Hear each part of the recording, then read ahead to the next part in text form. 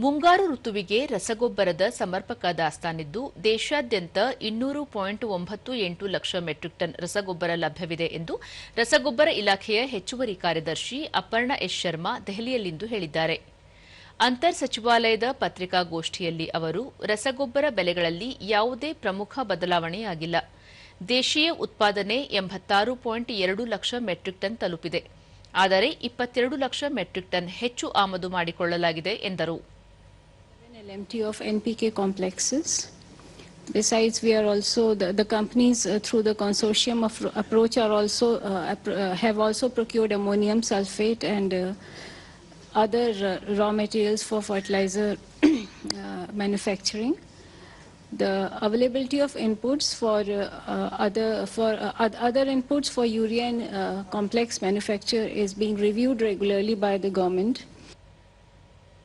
Petroleum ಸಚಿವಾಲಯದ ಜಂಟಿ ಕಾರ್ಯದರ್ಶಿ ಸುಜಾತಾ ಶರ್ಮಾ ಕಳೆದ ಮಾರ್ಚ್ನಿಂದ 7.37 ಲಕ್ಷಕ್ಕೂ ಹೆಚ್ಚು ಪಿಎನ್ಜಿ ಸಂಪರ್ಕಗಳನ್ನು ಅನಿಲೀಕರಣಗೊಳಿಸಲಾಗಿದೆ.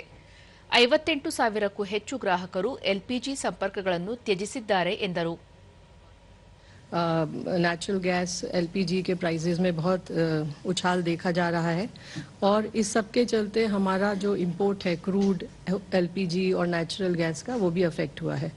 परंतु हमारी रिफाइनरीज नॉर्मल ऑपरेशन पर है और हमारे पास सफिशिएंट क्रूड इन्वेंट्रीज हैं. अगर प्रोडक्ट का सप्लाई देखें तो पेट्रोल, डीजल, एलपीजी और नेचुरल गैस के सफिशिएंट स्टॉक्स हैं. ವಿದೇಶಾಂಗ ವ್ಯವಹಾರಗಳ ಸಚಿವಾಲಯದ ಹೆಚ್ಚುವರಿ ಕಾರ್ಯದರ್ಶಿ ಅಸೀಂ ಆರ್ ಮಹಾಜನ್ ಗಲ್ಫ್ ಮತ್ತು ಪಶ್ಚಿಮ ಏಷ್ಯಾ ಪ್ರದೇಶದಲ್ಲಿನ ಬೆಳವಣಿಗೆಗಳನ್ನು ಸೂಕ್ಷ್ಮವಾಗಿ ಗಮನಿಸಲಾಗುತ್ತಿದೆ. ಭಾರತೀಯ ಸಮುದಾಯದ ಸುರಕ್ಷತೆ ಮತ್ತು ಕಲ್ಯಾಣವನ್ನು ಖಚಿತಪಡಿಸಿಕೊಳ್ಳುವತ್ತ ಗಮನ ಹರಿಸಲಾಗಿದೆ ಎಂದರು. UAE to various destinations in India. Flights are operating from various airports in Saudi Arabia and Oman to different destinations in India. Qatar airspace is partially open. Air India Express, Indigo and Qatar Airways are operating flights from Qatar to various destinations in India. Kuwait airspace is open. Jazeera Airways and Kuwait Airways are operating flights from Kuwait to India. Bahrain airspace is open. Air India Express, Indigo and Gulf Air are operating flights from Bahrain to various destinations in India.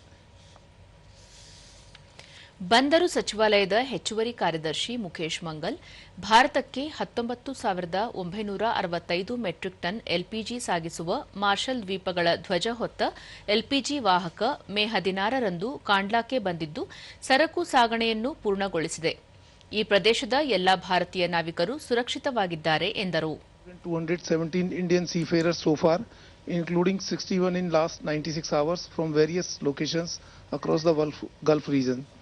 Port operation across India remains normal with no congestion reported.